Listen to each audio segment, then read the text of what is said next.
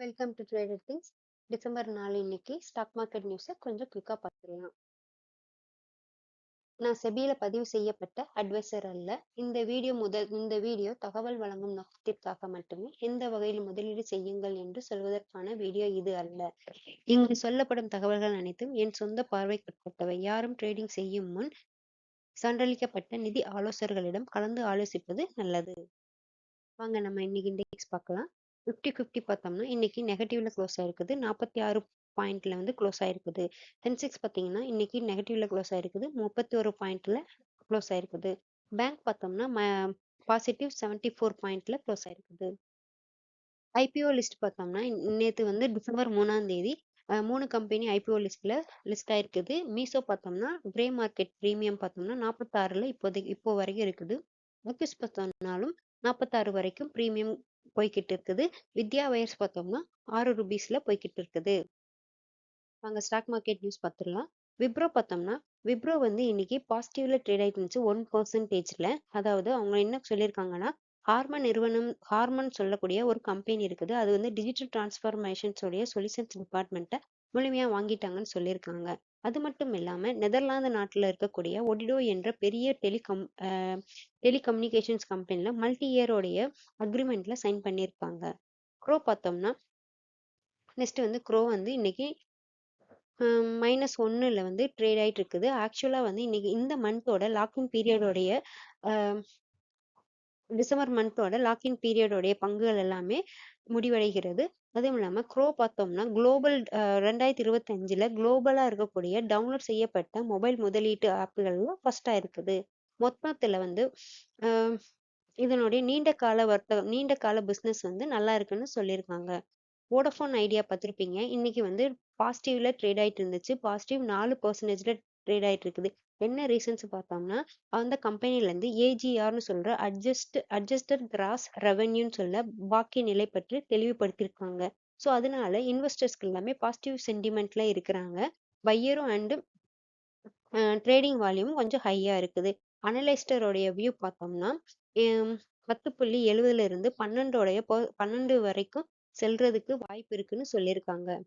Tata communications பார்த்தோம்னா டாடா கம்யூனிகேஷன்ஸோட வந்து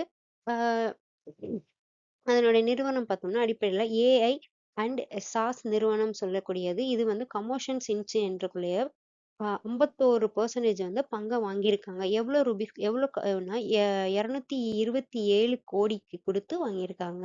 so அதனால வந்து ஏஐல இயக்கப்படும் டிஜிட்டல் சேவைகள் மற்றும் டிஜிட்டல் ஃபேபரிக் சொல்லக்கூடிய போர்ட்போலியோவை விரிவுபடுத்துறதுக்கான முயற்சின்னு சொல்லியிருக்காங்க. ஸோ இதனால இந்த கம்பெனியில் இருக்கக்கூடிய voice AI customer experience automations சொல்லக்கூடிய டிஜிட்டல் சர்வீஸ் திறன்களை இணைக்கும் வாய்ப்பு இருக்குன்னு சொல்லியிருக்காங்க. நெக்ஸ்ட் ஏஞ்சல் ஒன்ல இருந்து பார்த்தோம்னா இன்னைக்கு பங்கு வந்து 5ல இருந்து 6% வரைக்கும் சரிஞ்சிருந்துச்சு. ஸோ டிசம்பர் லாஸ்ட் மந்த் பார்த்தோம்னா நவம்பர் 2025ல புதிய கிளைண்ட் சேர்க்க வந்து 17% குறைஞ்சிருக்குன்னு சொல்லியிருக்காங்க. அதனால வந்து ஆர்டரோ ட்ரேடிங்கோடைய ஆக்டிவிட்டி கொஞ்சம் கம்மியா இருக்குன்னு சொல்லியிருக்காங்க. ஆக்சுவலா வந்து அவங்களுக்கு வந்து கிளைண்ட்லாம் அதிகமா இருந்தாலும் growth வந்து கொஞ்சம் நிலை வந்து மந்தமா இருக்குன்னு சொல்லியிருக்காங்க. ஆசியன் பெயிண்ட் பார்த்தோம்னா மேஜர் குளோபல் புரோக்கரேஜா இருக்கக்கூடிய யூபிஎஸ்ன்னு சொல்லக்கூடியவங்க வந்து முன்னாடி வந்து ஆசியன் பெயிண்டிங் வந்து செல்லிங் ரேட்டிங்ல இருந்து இப்போ நியூட்ரலா கன்வெர்ட் பண்ணியிருக்காங்க. இது வந்து 12 மந்த் டார்கெட் வந்து 3200 சொல்லியிருக்காங்க. இப்போ ஆக்சுவலா வந்து கரண்ட் ப்ரைஸ் பார்த்தோம்னா 2953 ட்ரேட் ஆயிட்டு இருக்குது. அடுத்து மைண்ட் ஸ்பேஸ் உடைய பிசினஸ் பார்த்தோம்னா இவங்க வந்து 3 இயர்ஸ் உடைய கடன் பத்திரிக்கை வந்து வெளியிட்ட திட்டமிட்ட உள்ளதுன்னு சொல்லியிருக்காங்க. யாருன்னா அவங்க பேங்க்ல இருக்கக்கூடிய நிபுணர்கள் சொல்லியிருக்காங்க. இதன் மூலம் வந்து புதிய ப்ராப்பர்ட்டி அவங்க வாங்குறதுக்கோ இல்ல ஷேரை மேம்படுத்துறதுக்கோ முதலீடு செய்ய முடியும்னு சொல்லியிருக்காங்க. இந்த பாண்டுவினுடைய மெச்சூரிட்டி வந்து 3 இயர்ஸ் பாண்டுன்னு சொல்லியிருக்காங்க. அதுவும் இல்லாம இன்வெஸ்டருக்கு வந்து ஃபிக்ஸ்டு இன்ட்ரெஸ்ட் இன்கம் பெறுவாங்கன்னு சொல்லியிருக்காங்க. மைண்ட் ஸ்பேஸ் பிசினஸ்ல இருந்து இன்டர் குளோபல் ஏவியேஷன்ஸ் பார்த்தோம்னா இவங்களுக்கு வந்து 117.52 கோடி ஜிஎஸ்டி பெனால்டி விதிச்சிருக்காங்க. அது மட்டும் இல்லாம 22 டிசம்பர் இந்த இயரோட இண்டிகோ பங்குகள் வந்து சென்செக்ஸ்ல ஆட் பண்ண போறாங்கன்னு சொல்லியிருக்காங்க. இது லாங் டேர்ம் growth வாய்ப்புக்கு இருக்குன்னு சொல்லியிருக்காங்க. இன்னைக்கு நம்ம இந்தியனுடைய ருபீஸ் பார்த்துருப்பீங்க, ஆல் டைம் லோல ட்ரேட் ஆயிட்டு இருக்குது. இன்னைக்கு லோ பார்த்தோம்னா 90.40 ரூபீஸ்ல ட்ரேட் ஆயிட்டு இருக்குது. இந்தியா ரஷ்யாவுடைய டீல பார்த்துருப்பீங்க. ஆக்சுவலா வந்து ரஷ்யனுடைய புதின் வந்து 4, 5 இந்தியாவுக்கு வந்து டிசம்பர் 4, 5க்கு வந்து இந்தியா விசிட் பண்ண போறாரு.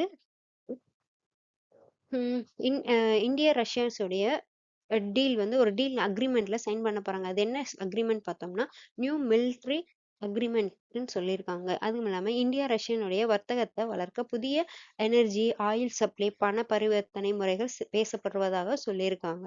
அதுவும் இல்லாம இந்த மாநாட்டுல பாதுகாப்பு, எண்ணெய், வர்த்தகம், டெக்னாலஜி இந்த எல்லா துறைகளிலுமே கலந்து ஆலோசிப்பதாக சொல்லியிருக்காங்க. Top resistance break out stocks பார்த்தோம்னா Vodafone +4%, Sun Pharma advanced research பார்த்தீங்கன்னா நெகட்டிவ் 5%ல இருக்குது. ஜெய்பிரகாஷ் பவர் பார்த்தோம்னா ப்ளஸ் 99%, இருக்கு. நிப்பான் இந்தியன் சில்வர்ஸ் பார்த்தோம்னா +2% இருக்குது. ஹிந்துஸ்தானுடைய கன்ஸ்ட்ரக்ஷன் கம்பெனி வந்து 0.56% க்ளோஸ் ஆயிருக்குது.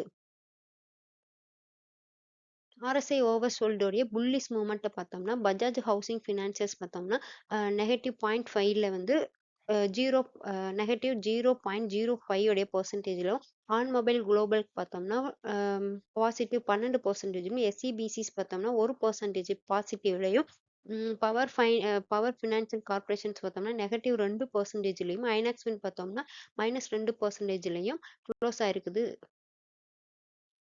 ஆர்எஸ்ஐ ஓவர் பாட் பிஆர்இசியுடைய மூவ்மெண்ட் பார்த்தோம்னா ஜிஎம்ஆர் ஏர்போர்ட் பார்த்தோம்னா -1%, கனரா பேங்க் பார்த்தோம்னா -3%, அசோக் லைலாண்ட் பார்த்தோம்னா +1%, சம்வர்த்தனா மதர்சன் பார்த்தோம்னா -2%, அசோக் லைலாண்ட் பார்த்தோம்னா 1%லையும் முடிவடைஞ்சிருக்குது. ஆக்சுவலா ஆர்எஸ்ஐ ரெசிஸ்டன்ஸ் பிரேக் அவுட் இதெல்லாம் எப்படி நான் கலெக்ட் பண்ணேன்னா 1 வீக் உடைய வால்யூமை பேஸ் பண்ணி தான் லிஸ்ட் பண்ண ஸ்டாக்ஸ் எல்லாம் இது எல்லாமே. Thank you for watching our channel. Please subscribe our channel. நன்றி, வணக்கம்.